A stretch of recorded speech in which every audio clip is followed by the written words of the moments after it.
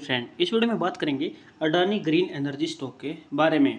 तो दोस्तों, इस स्टॉक के बारे में हम कंप्लीट फंडामेंटल एनालिसिस करेंगे और कंप्लीट टेक्निकल एनालिसिस करेंगे और जानने की कोशिश करेंगे कि ये प्राइस एक टाइम पर 150 रुपये से 3000 तक गया। उसके बाद इसकी गिरावट हुई 400 रुपये तक और फिर से इसने अच्छा रिटर्न देके अभी 1750 पे ट्रेड कर रहा है। तो आगे चल के क्या ये स्टॉक दोबारा से अपने प्रीवियस रिकॉर्ड को तोड़ पाएगा और आगे चल के अच्छे रिटर्न दे पाएगा या नहीं दे पाएगा, और जो ये पहले गिरावट हुई थी इसके पीछे का रीजन भी जानने की कोशिश करेंगे। तो चलिए दोस्तों, वीडियो शुरू करते हैं। कंपनी के फंडामेंटल डाटा की बात करेंगे तो मार्केट कैप 2,77,000 करोड़ का है। वहीं ROE आपको 17% देखने को मिल रहा है। यहाँ से हमें एक चीज़ समझ में आती है कि ये स्टॉक फंडामेंटली थोड़ा एवरेज स्टॉक है, फंडामेंटली बहुत ज़्यादा स्ट्रॉन्ग स्टॉक नहीं है। और इस चीज़ को देखकर, यहाँ पर इस डाटा को देखकर हम ये समझ सकते हैं कि इस स्टॉक में अगर आप आज बाई करके किसी भी प्राइस पर अगर आप बाई करते हैं और 5 या 10 साल के लिए होल्ड करते हैं तो ये डिसीजन बिल्कुल सही नहीं रहेगा।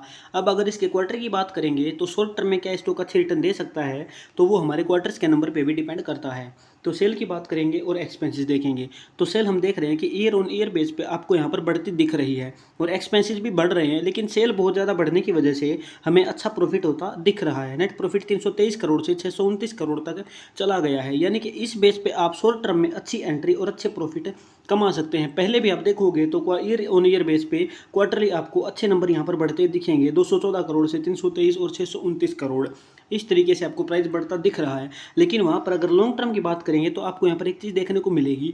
रिजर्व की बात करेंगे, देखोगे तो यहाँ पर आपको रिजर्व पहले नेगेटिव में थे, उसके बाद कंपनी ने थोड़ा रिजर्व रखना शुरू किया और अब हाल फिलहाल कंपनी 5000 करोड़ रिजर्व यहाँ पर 2024 मार्च में कंपनी ने अपने पास रखे।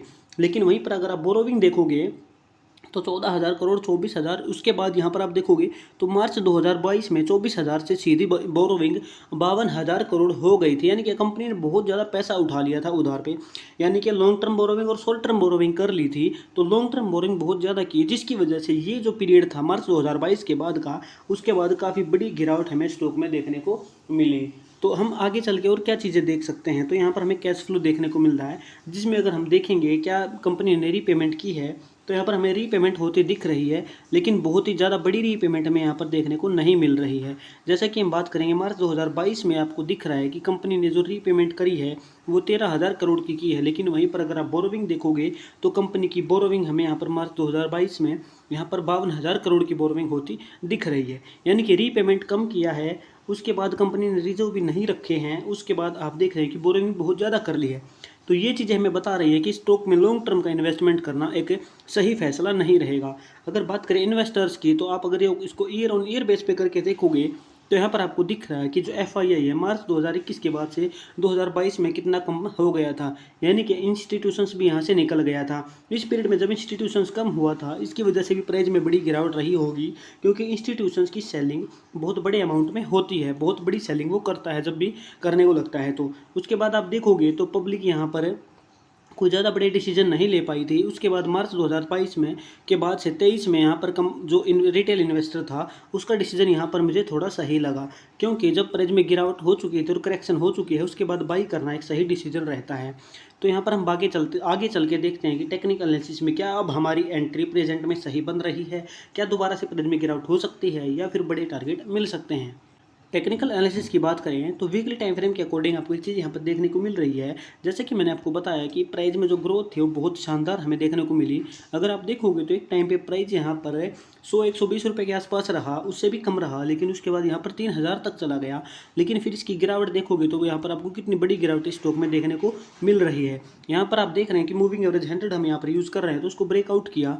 उसके बाद हम यहाँ पर अगर मूविंग एवरेज 200 यूज़ करेंगे उसके बाद उसको भी ब्रेकआउट किया, यानी कि एक शानदार एंट्री। और उसी के बेस पर रिटेल इन्वेस्टर ने यहाँ पर एंट्री ली, और ये वो टाइम है जहाँ पर रिटेल इन्वेस्टर आपको बढ़ते दिखे हैं, और ये वो टाइम है जहाँ पर FII कम होता दिखा है। तो FII की सेलिंग, उसके बाद यहाँ पर दोबारा से इंस्टीट्यूशंस ने बाई किया, प्राइस साइडवेज रहा, उसके बाद से ब्रेकआउट देके अब यहाँ पर साइडवेज चल रहा है। इस एक रेंज में प्राइस है, पिछले लगभग 6-7 महीने से फंसा हुआ है। अब हमें क्या करना है, अब हम इसको एक रेंज ड्रा कर सकते हैं, और हम यहाँ पर अगर आप शॉर्ट टर्म की बात करोगे तो शॉर्ट टर्म में मैक्सिमम टारगेट आप 2,000 का ले सकते हैं, और आप अपना 1655 के आसपास जब प्राइस रहता है तो वहाँ पर आप अपनी बाइंग देख सकते हैं। लेकिन करंटली यहाँ पर क्या हो रहा है, वीकली टाइम फ्रेम के अकॉर्डिंग एक इम्बैलेंस कैंडल है, उसके बाद यहाँ पर एक रेड कैंडल है, यानी कि प्राइस में गिरावट हो सकती है और प्राइस थोड़ा नीचे जा सकता है। इसको आप डेली टाइम फ्रेम के अकॉर्डिंग भी टाइम फ्रेम में देख सकते हैं। तो डेली टाइम फ्रेम के अकॉर्डिंग आपको दिख रहा है कि प्राइस मूविंग एवरेज 100 से नीचे है, और हमारा जो सपोर्ट है वो 1707 के आसपास बन रहा है, यानी कि प्राइस की गिरावट 1707 तक रह सकती है। उसके बाद आप अपना पिवट इंडिकेटर भी यूज़ कर सकते हैं, तो आपको दिख रहा है कि प्राइस H1 पे सपोर्ट ले रहा है, लेकिन प्राइस थोड़ा जाके नीचे करेक्ट कर सकता है और प्राइस नीचे जा सकता है।